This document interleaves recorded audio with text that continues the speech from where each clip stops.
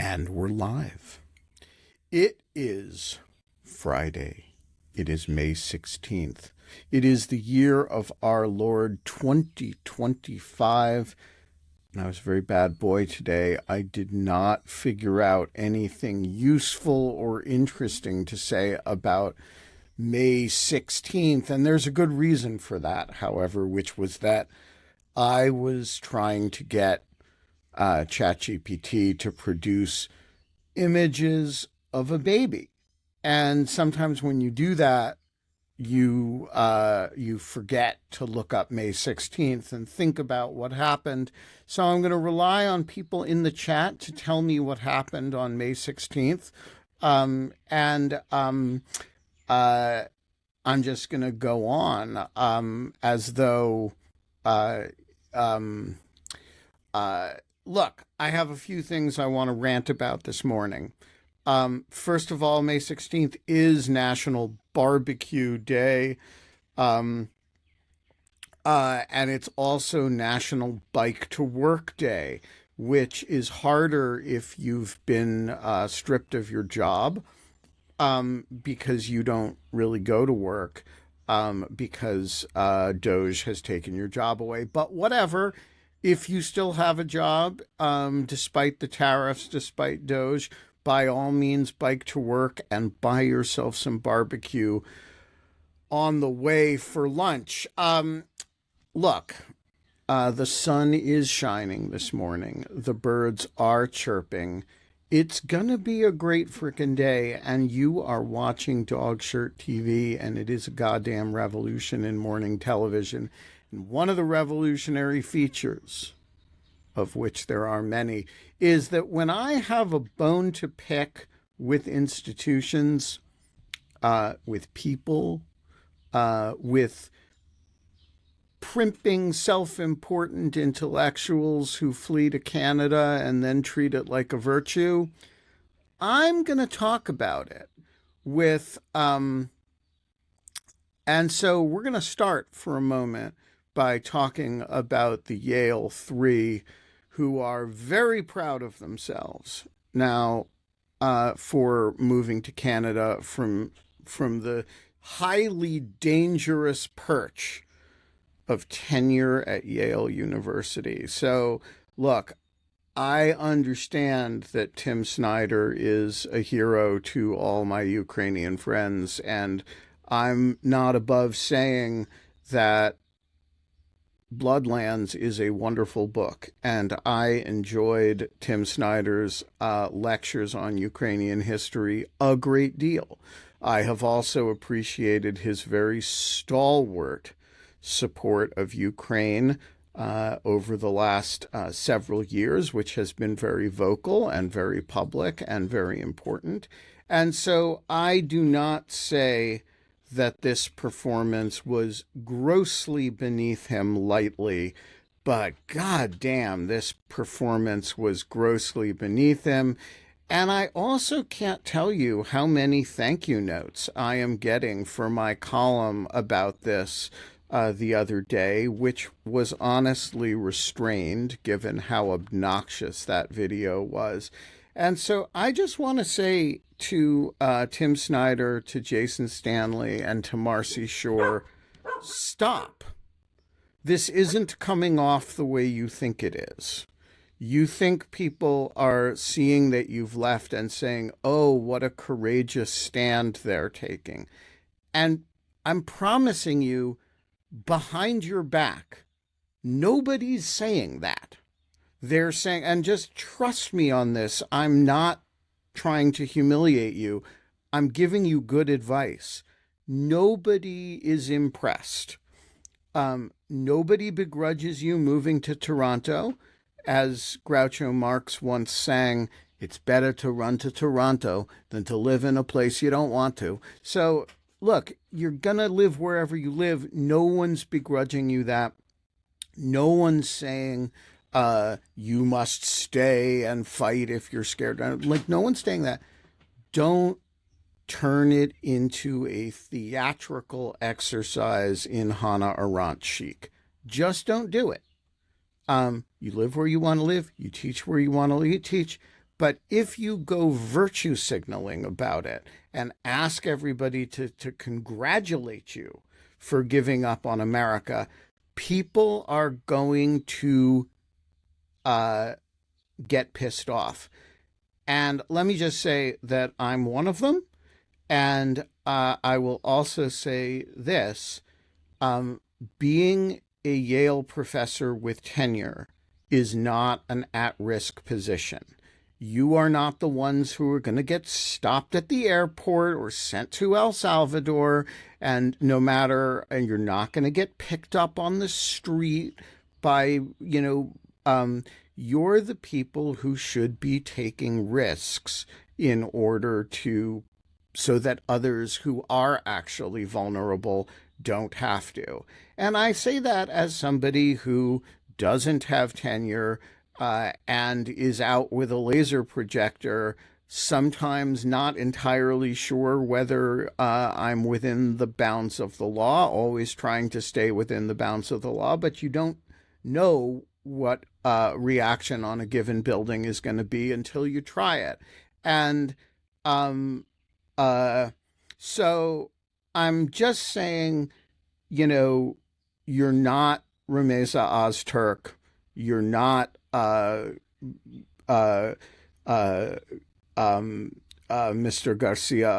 Abrego Garcia. I'm sorry, Kilmar Abrego Garcia. You're the most privileged intellectuals in the world, and just understand that making videos of yourself fleeing or not fleeing, but warning that it's 1933.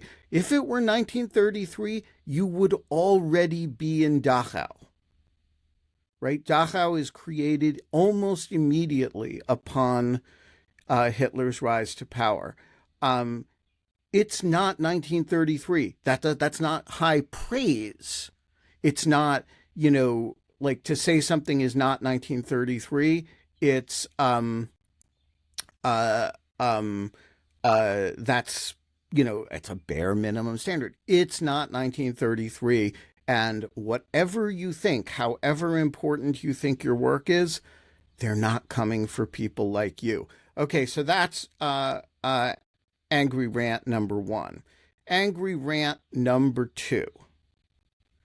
I went to the Kennedy Center last night, and they acknowledged on the public address system for a performance of the National Symphony of the Missa Solemnis. They acknowledged Michael Flynn and the organization America's Future. Now, I have two things to say about this. First is directed to the Kennedy Center folks and the National Symphony folks. Look, I'm going to ride with you a long way through this difficult period. But if you make me listen to Thanks to Michael Flynn, I'm not going to do that. And the Kennedy Center is a victim of this situation. It's not a perpetrator, just like USIP or something. And I don't see any reason to take out my feelings about the Trump administration on a victim organization. But you got to keep it apolitical. And I do not go to see the National Symphony to hear a felon thanked and a very far-right organization thanked publicly over a public address system. So, that's thing number one. Thing number two is directed to left-wing Blue Sky, where I posted the fact that this had happened, and people really came after me for going to the Kennedy Center. And I just want to say no apologies. The Kennedy Center is a victim organization here. It is not a perpetrator. And one of the services that the Kennedy Center has provided over the years is that it is the home um, to major cultural institutions in the Washington area, the National Symphony, the Washington Opera, quite a few others. And so I see absolutely no purpose, zero, zero, zero, in boycotting the Kennedy Center by way of saying fuck you to Donald Trump. That's just destroying our own local cultural institutions. Not going to do it. Um, uh, the We need to have a Kennedy Center when this is done, just as we need to have uh, a U.S. Agency for International Development. And I'm not boycotting USAID because, you know, Marco Rubio is now in charge of it and trying to dismantle it. I'm interested in protecting USAID.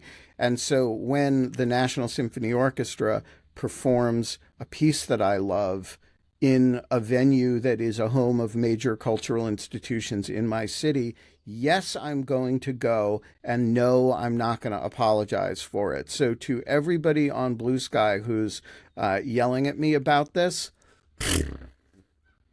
and to Tim Snyder, Marcy Shore, and Jason Stanley, stop. You're hurting America. Stop doing it. Don't do that anymore.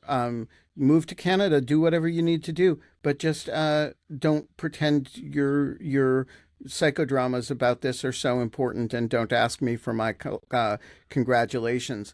And that is my rant for this morning on two separate subjects that have pissed me off. And sometimes when Nastia is running a little bit late for Kava Ivana, which we just started, just invited her to this morning when she wasn't home, I'm going to rant about things that are pissing me off, all of which is a very long-winded way of saying that we are not allowed to have fun anymore, but we are allowed to have Nastia back on the show before she runs off to Norway.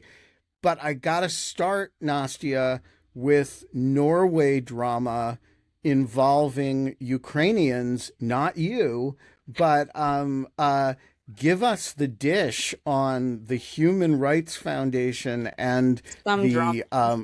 the the the Kiev Independent. Yeah, so there was like a shitstorm happening in Keep talking. I can't hear you, and I'm trying to figure out why. your headphones as always. Yeah, I have them in. Um. Oh, I see I'm why. not plugged in. Gotcha. How about now? We're good.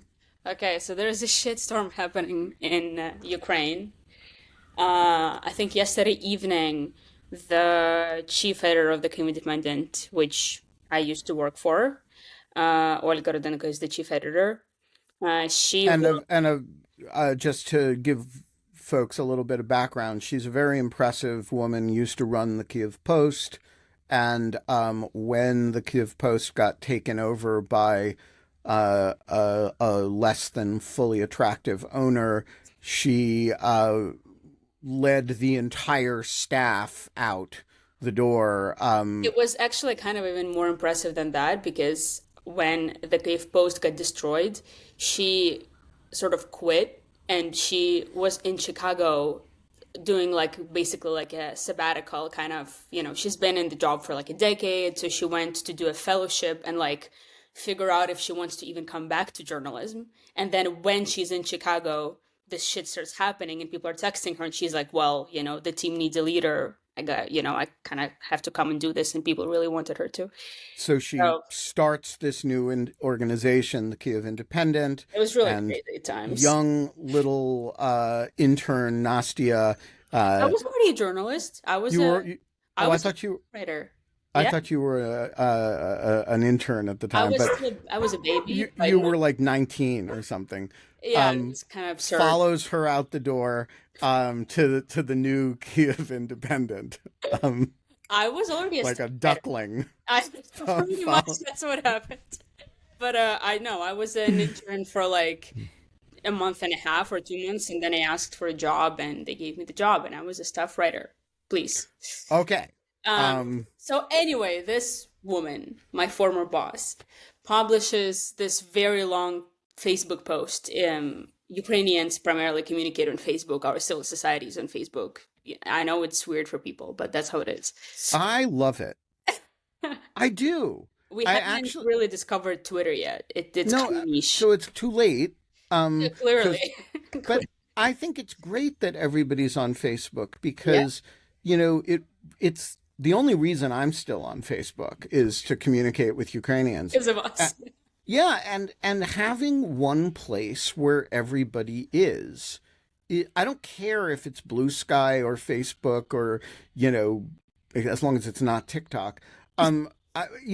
I love that there's you know some digital town square where Mhm. the whole conversation is, and I think it's great, and I wish we had not lost that there was some meeting place that we all were on. Mhm. Anyway, Yeah, so she publishes this very long post in which, and I don't like, I haven't spoken to Ole about this. I don't have any insider details. I only have seen the post and the kind of public outcry since then. So she describes in Ukrainian how she was invited to the Oslo Freedom Forum, which actually, Ben, your wife has told me is an incredibly important event. It's like one of the biggest kind of democracy conferences in the world. It's, super fancy, very important. So she was invited to speak at that event, and she was kind of torn because she looked at the program, and there were apparently 14 speakers announced on the webpage, and four of them were Russians, like Karamurza, him and the wife, Yulia Navalny, the wife of Navalny, and one other woman. and Um, that Gary Kasparov he used to, had been a previous speaker, and so her point was that the speaking list is very Russian heavy and very light on Ukrainians. yeah, and she said that like for this year's program to which she was invited, there were no Ukrainians announced, but four like fancy Russians were included in the 14 speakers. Gary Kasparov used to be, I think, like the head of the Right. chair of the program. Or whatever. I actually think he's kind of considered like okay. I don't know. I've seen, I mean, Kasparov is a friend, yeah, and his chief adjutant for his organization, Uriel Epstein, is also a friend. Look, I mean, let's save the discussion yeah, of yeah, these yeah, yeah. individuals. Suffice it to say, for present purposes, in Ukraine, if you are Russian and you are not fighting at the front on the Ukrainian Pretty much, side, yeah. you are presumptively suspect. And And I think it's let's fair. We hold the can talk about it discussion of after. to what extent that's merited and whatever. Yeah. It's a reality. Yeah, yeah. So basically she's like torn because she's like obviously this event is like kind of very favorable to like dissident Russians and things like that. And she is, sort of concerned that she's the only Ukrainian that they're inviting and like that's not an okay balance there.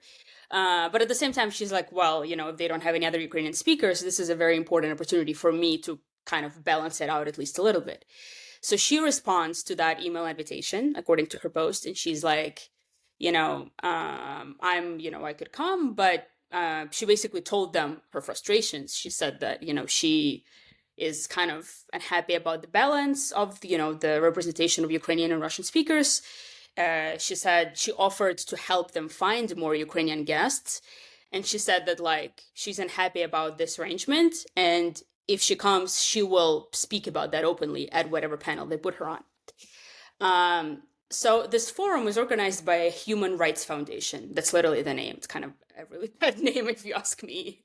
But the name of the thing is the Human Rights Foundation, which organizes the forum. The founder of this Human Rights Foundation, who is a Venezuelan, interestingly, some sort of dissident from Venezuela, he emails to Oля directly and he says, "Thank you for your honesty. Can we please have a call to discuss this?" According to Ola's post. So she's like, "Sure." He calls her, and as she says, it was an insane call because he, this founder of the Human Rights Foundation, apparently like yelled at her, raised his voice, basically said that he was frustrated with the demonization of Russians in Ukraine. He thought that it's not fair, that we shouldn't be doing this. He said that he supposedly offered, he was like, all of these Russian guests, they're not just Russians, they're our friends, meaning like Our dear friends. our dear friends. And then he offered Oля to arrange for her a dinner with Yulia Navalnaya, as if like to prove Oля wrong, that actually they're good people. And then he said that, like, of course, if you come and you want to talk about how you're unhappy about this, you can do it because we have freedom of speech and it is, after all, the Freedom Forum. But it would be a quote unquote disgrace if she did that. And he repeated that several times. And so this is all, like, as far as I understand from the post, and like, raising his voice at a woman who was on the cover of the Time magazine a few years ago. So, she writes a big post about it, about how, like, all of this is completely absurd, obviously. And, like, the reaction from the Ukrainian civil society is exactly as you'd expect. I mean, this has all of the, this is just like a It has all of the elements of, yes. Yes. Trigger me, Ukrainians. Literally, it has good Russians, it has Navalny, it has Westerners who are falling for all of their bullshit. It has Westerners who are literally mansplaining all of this to a Ukrainian woman. Right. Like, it's so bad. And like, everyone is just so shocked and like utterly baffled. Okay, so I'm going to This is start. I'm going to start this with a disclosure.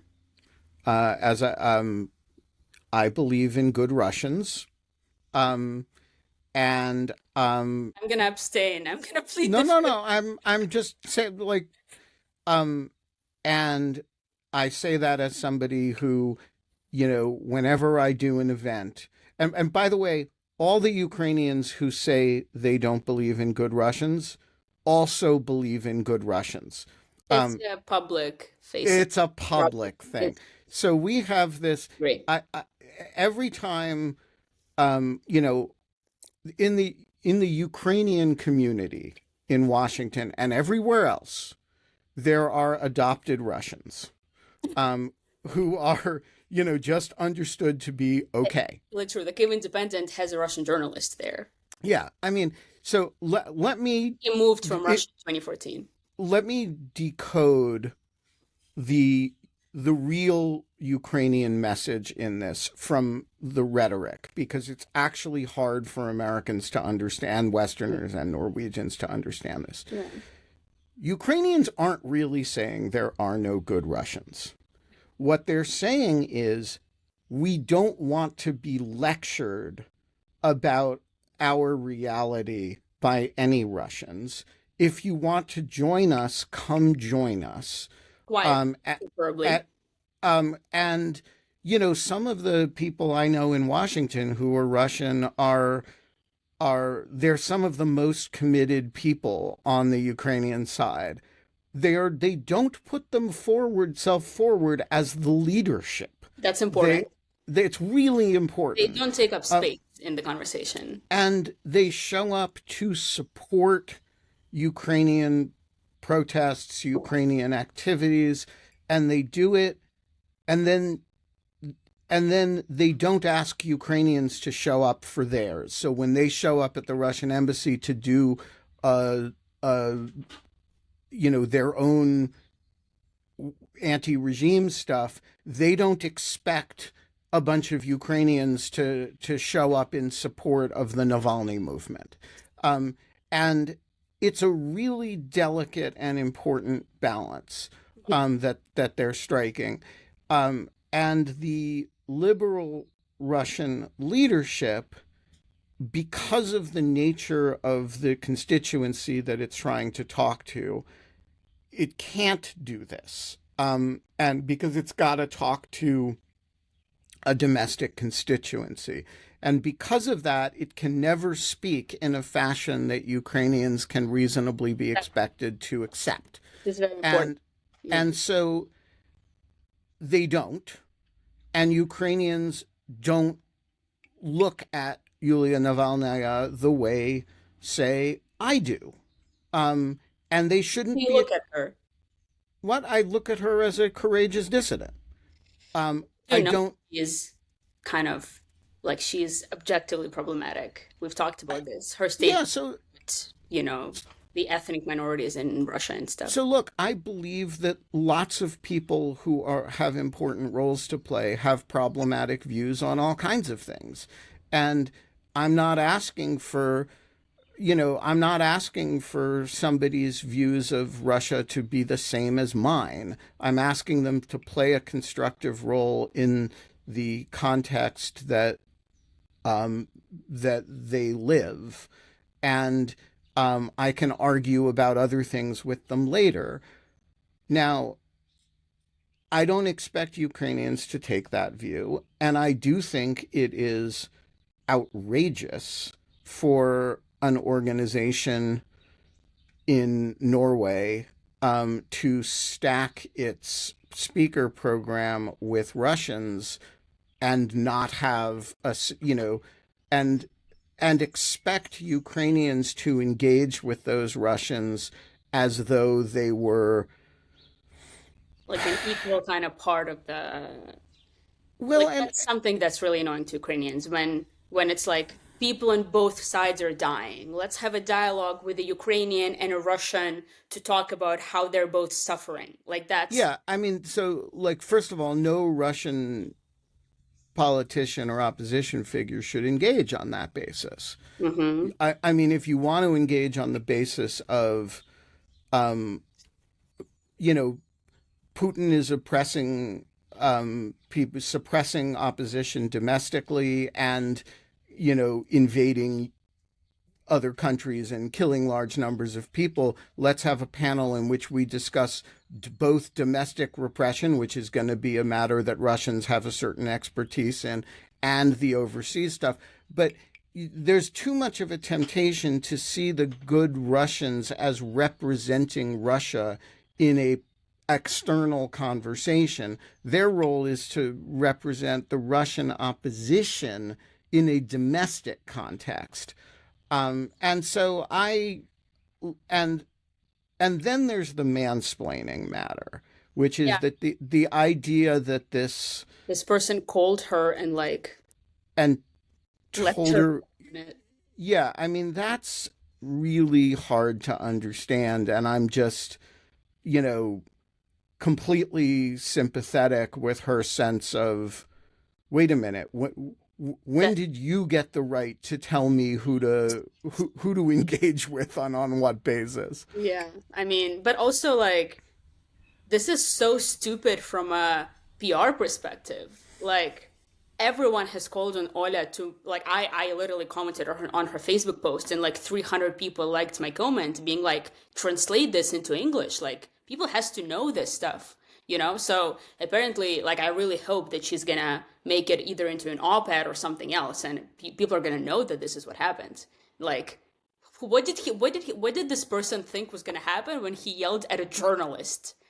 And you know what I mean? Like, of course, Well, you're gonna make it a thing. I mean, that's a really interesting question. Do you think, and remember, we only have her side of the story, right? So it is possible that his perception of their conversation is very different. What's not possible is that her account of the radical imbalance in the speaker department is either true or false. Right. Like And it's either a fact or not. And right. And she's a very reliable person. She's a serious journalist. right, the She's rent not a bomb recipients. thrower. Or so Yeah. I mean, I tend to, well, I trust completely that her account of what happened is a reasonable, is an accurate account of her perception of what happened. hmm I would be very interested to hear his side of the story too, and I would be very disappointed to learn what I expect is the case, which is that he really doesn't understand the difference between Russian opposition and Ukrainians.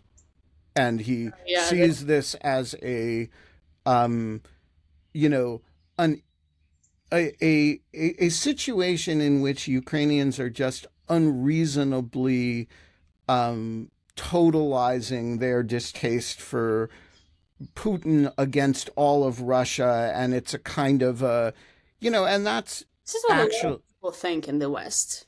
It's really annoying. well, it is partly a function of the way Ukrainians talk. You know, the I, line, there are no good Russians, in a Western context has a weird racial feel to it. yeah. Um, and it has a weird, like, this is a struggle of civilizations, and, you know, we are the West and they are the scary mongrels coming, hordes coming from the East. There's a And little bit of that. it, I'm just saying. I'm just saying. you know, Where I'm sitting, that's what it looks like. I don't know. I understand. It's just like, And go ahead, go ahead. no, and so I think that there's a, like, you have to be inside of Ukrainian communities to understand what that Recipients. rhetoric Yeah, does and doesn't mean.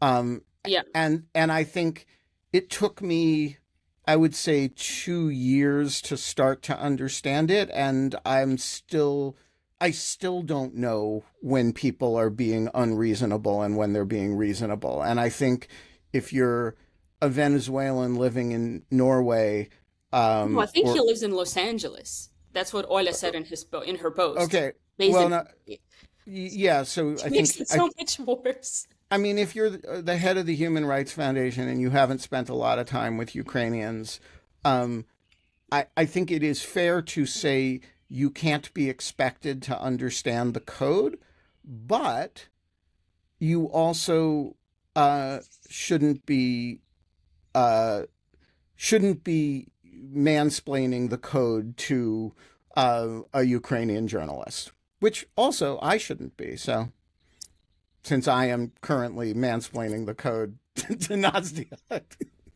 So here's what I have to say about it. I actually for a very long time, for like a few years with the war, actually, I really didn't like uh, this vibe that the Ukrainian society has, like this conviction that there are no good Russians, that all Russians are terrorists. Like I didn't engage in that conversation, like in those conversations publicly, and I didn't like them. But then I heard one explanation that kind of made it make sense to me.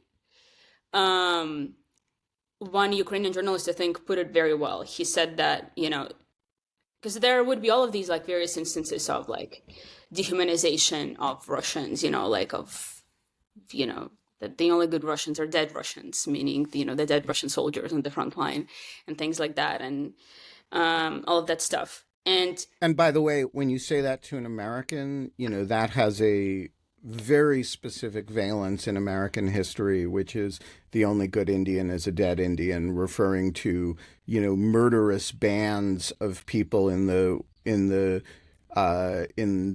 West in the railroad era who killed huge numbers of native peoples, and that was their line. And so there would, like, people, yeah, no, it's that it's where, talk about 9/11.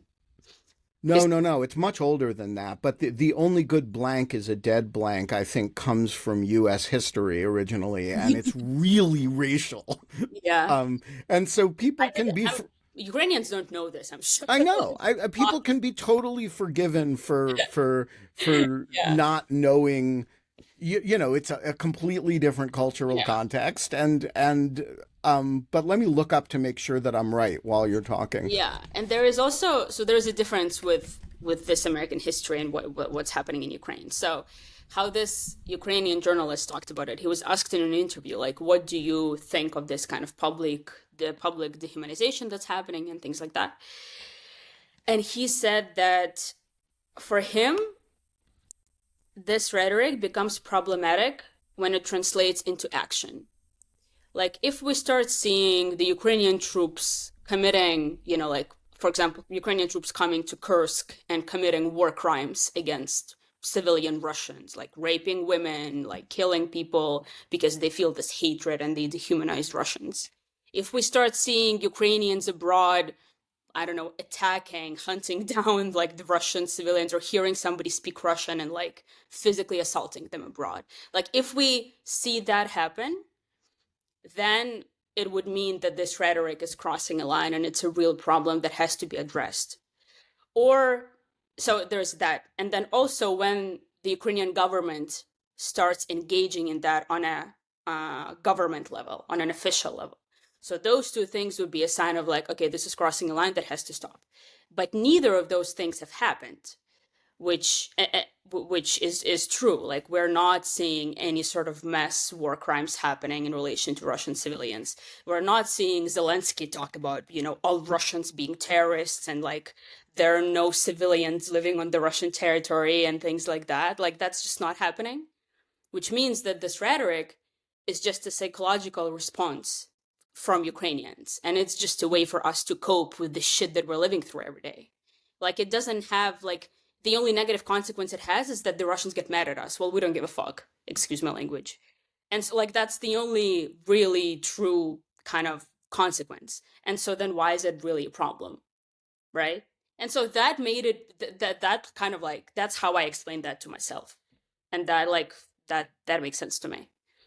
So the answer is, my memory is correct. The only good Indian is a dead Indian is a phrase that dates from the 1860s and is generally attributed to General Philip Sheridan, who was a U.S. Army general who fought on the frontiers, fought in the Civil War, actually, and Sheridan Circle is in Washington is named for him.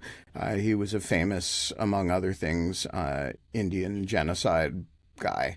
And so, it, like, I think I think you're absolutely right Does about that the make sense way. to you? Yeah, absolutely. And I think, like, but these things are coded differently in. I mean, most Americans have no idea that where that phrase comes from, but they're, this thing I mean, it sounds is. bad, I know. Oh, it's quite bad. Like, I it mean, sounds really like, bad, I but understand. but like I grew up in a community where, um, you know, for reasons that require no explanation, people hate Germans, um, and hate Germany. Um, and it is completely unreasonable to ask Jews of a certain generation to, disaggregate that. Now, It's just not. imagine if Germany didn't change. Like, imagine if Nazi Germany still existed within the bounds of the German state.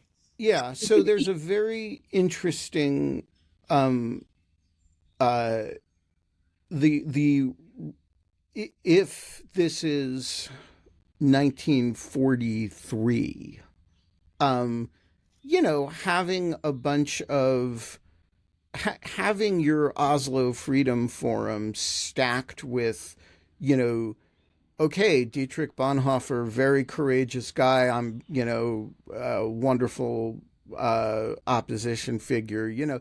Go down your list, right?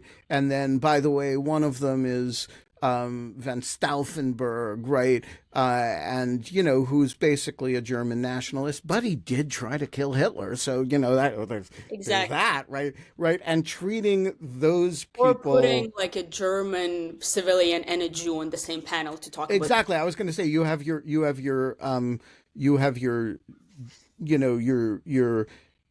German opposition figures who range from really really courageous and well, they all died actually, but they did really courageous things, but von Stauffenberg was not like he was not a like his idea of what the terms of the end of the war might be and a reasonable non-German have like no overlap, right? Like his idea was they would keep half the Soviet Union, right? And and then putting them on with a bunch of like people out of Auschwitz. Exactly. Like, and Like that's not okay. and thinking that that's like, well, okay, well, Balance of we've opinion. got the good Germans and the Jews, like that's Exactly. not the way it works. This is exactly what Ukrainians bring up all the time. Like, like there is, I don't know, when there is a Russian opera thing happening in London, which is happening right now, there is this Yeah, famous, it happens here too. right, like all of these random Russian artists come and give concerts. People are like, can you imagine some Nazi coming and singing, I don't know, in London in the middle of World War II? Like, and like, it's just crazy to me that people don't see the similarities. And I understand that as we've talked about, like literally either today or yesterday, we have a never ending conversation. So I don't remember when it was. But I understand that Germany is very unique and the kind of the Jewish experience and the Holocaust is But very unique. not unique in this respect.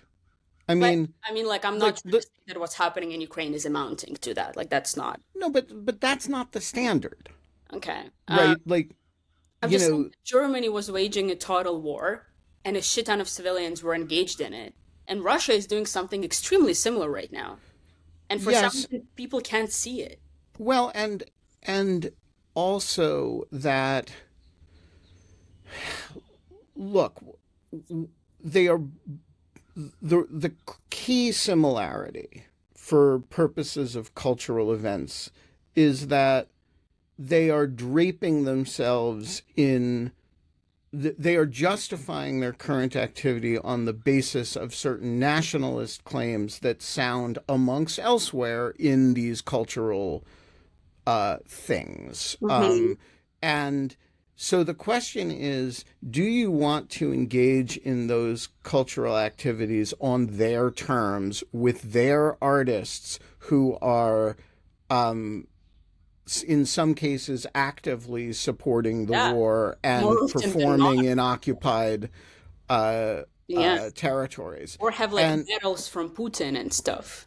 right. And I think that's you know, look, am I going to avoid all of historical Russian culture? No.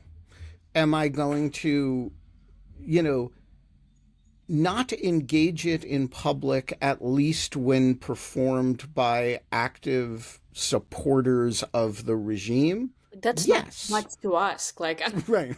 Like, it's also even what's more baffling to me is that people who are hosting these Russians like don't bother to like check who they are, right? How's that possible? Like why is it that a Ukrainian does some Googling for an hour, starts publicizing that, this opera singer or this ballet prima ballerina, whatever, is, has awards from Putin and like celebrates May 9th every year and like all of these things. but And it's like nobody does that homework. Like that's annoying. so partly it is that people don't know to do the homework, right? Yeah, So it's crazy. Ukrainians have a reflex of Googling Russian names to figure out how bad they are. And Exactly. Americans don't have that reflex. And so, the line, but then there are the people who, like Alex Ovechkin. So this is a big Yeah. deal in this country in sports as well, and in this city. Isn't there a mural in DC with him?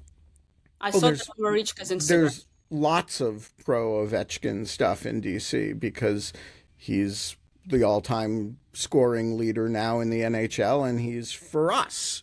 But the us in that case is the Washington Capitals, you know, and so Washington loves Ovechkin not in his capacity as a Russian, but in his Wait, Ovechkin capacity plays on an American team? he plays for the Washington Capitals. What the So fuck? he's and has for quite a number of years, um and What are the if Jesus? if anything is this gets to US Canadian rivalries, if anything is liked in you know he's not Canadian. With like the all-time great hockey players are all previously Right. Canadian, and so they kick our asses in hockey. And now we have this guy who's just beaten Wayne Gretzky's record, and he's not Canadian. and the fact that he's not Canadian, he's fucking Russian, and he's a pro Putin guy. Like Um, objectively pro Putin. Yeah, like we're not making this up. oh no, no, no. He's now whether he's actually pro Putin or whether that's just the pose he has to strike in order to be, politically viable and not have his family gone after. I don't want to judge the guy, except to say that I don't like or admire or want to engage with his public posture, which is Yeah. now, do I feel differently about Vladimir Karamazov? Sure, I do. Um, and I think it was right to spend a lot of energy to get him out. And I admire the guy, but I don't expect Ukrainians to admire the guy. I think so.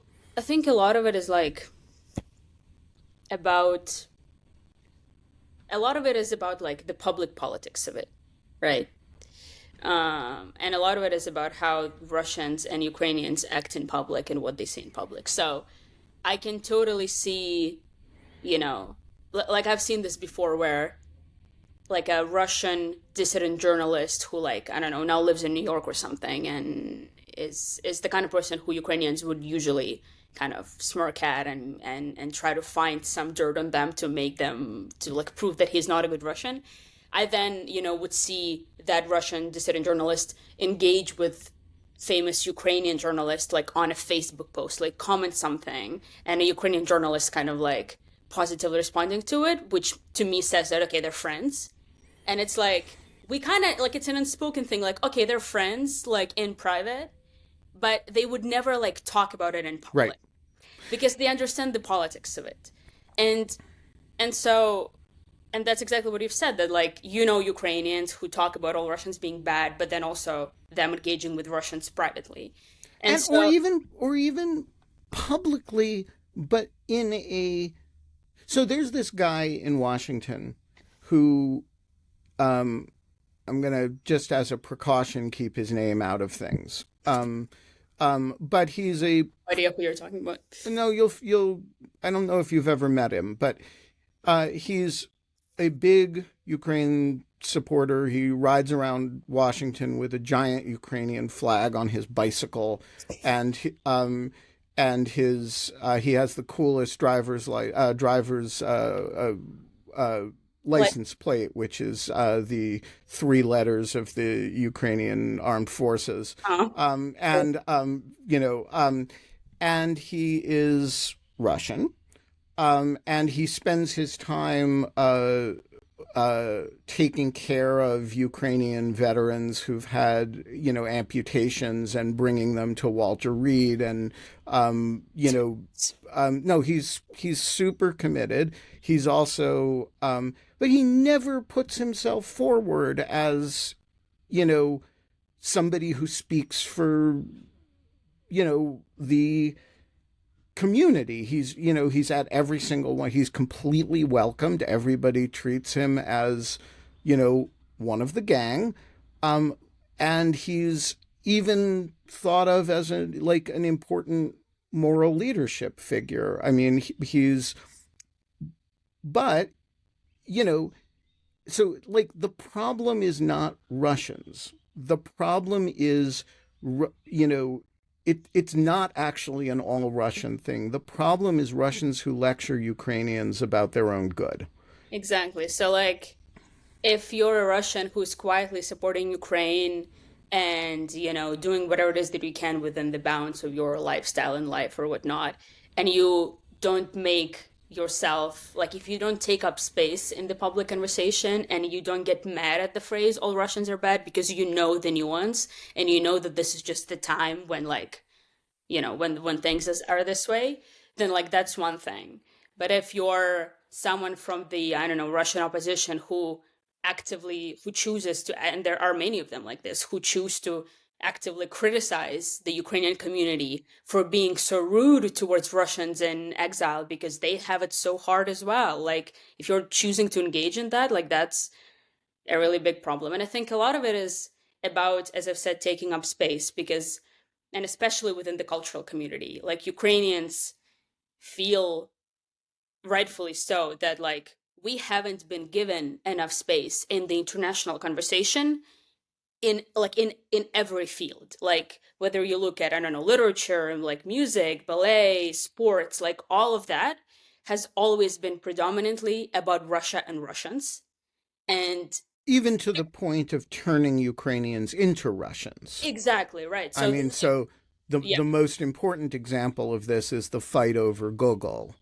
I think it's not just Gogol. I think it's like there's also Malevich, for example. Malevich is Sure, as Ukrainian as anyone, but the Russians are claiming him. And up until the full-scale invasion, like places like the MoMA would say that he's a Russian artist. yes, and That's a we problem. yes, and so look, it's not just Gogol, but Gogol is the figure probably of who's best known in the West, who is um, uh, claimed as a Russian literary figure. And look, the merits of this claim are complicated. Yeah. But in the sense that Gogol identified as a great Russian nationalist and was a big believer in what was then called the Slavophilic,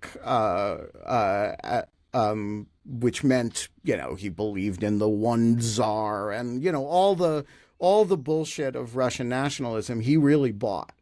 And yet he's Ukrainian, and his early work is very about Ukraine, and so like it's actually a complicated discussion, but it's never treated as one. He's just treated as a figure of Russian literature.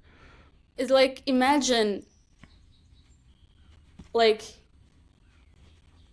our all like the Ukrainian intelligentsia, the civil society, the people who would represent Ukraine abroad.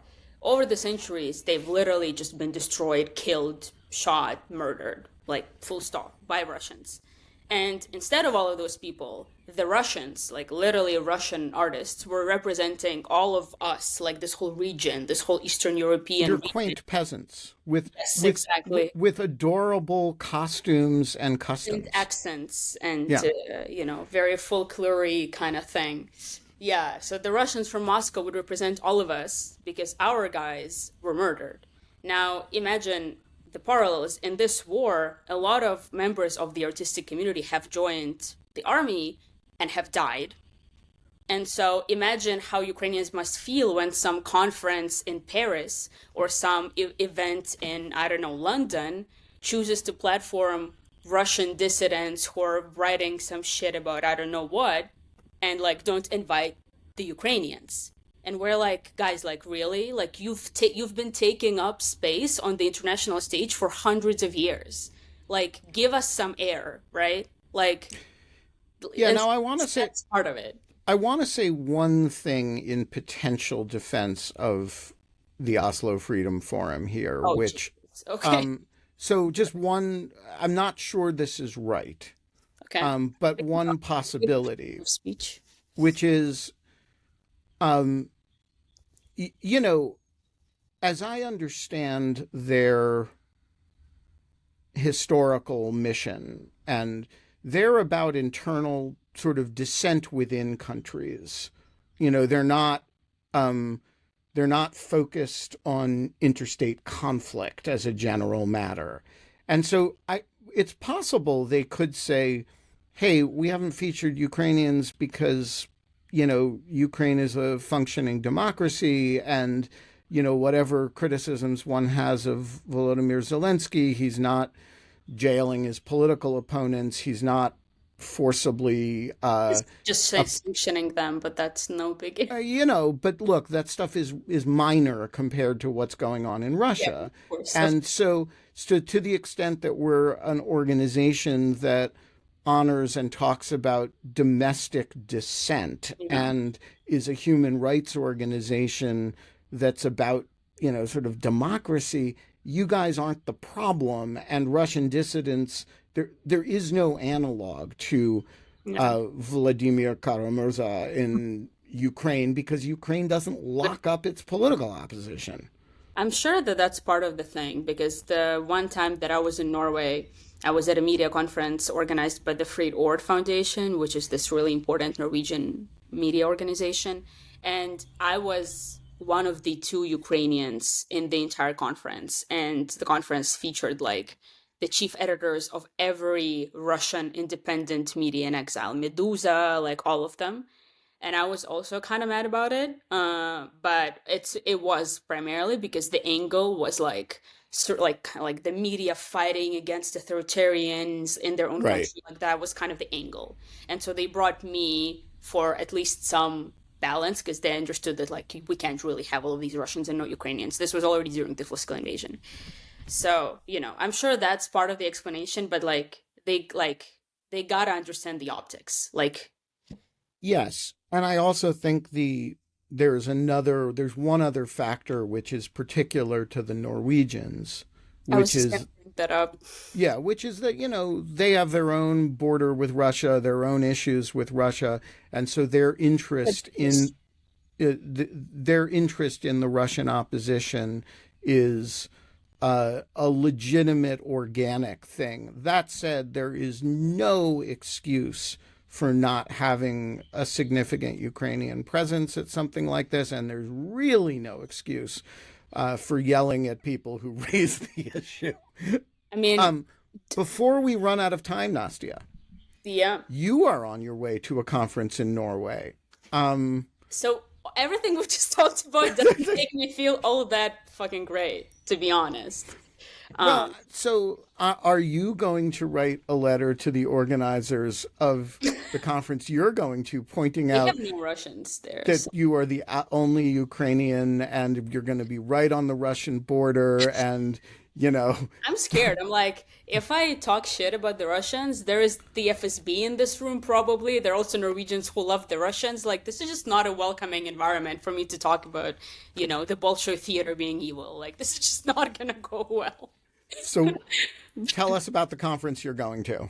Right, so it's a security conference, so it's primarily going to be about defense issues, which makes it a lot better. And it's in this town, Kirkenes, on the border with Russia. Way up north. It's like as well, actually not as north as you can get. There's also Svalbard. Yeah, Apart from but it's as north as you can get without leaving the continent of Europe. yes, exactly.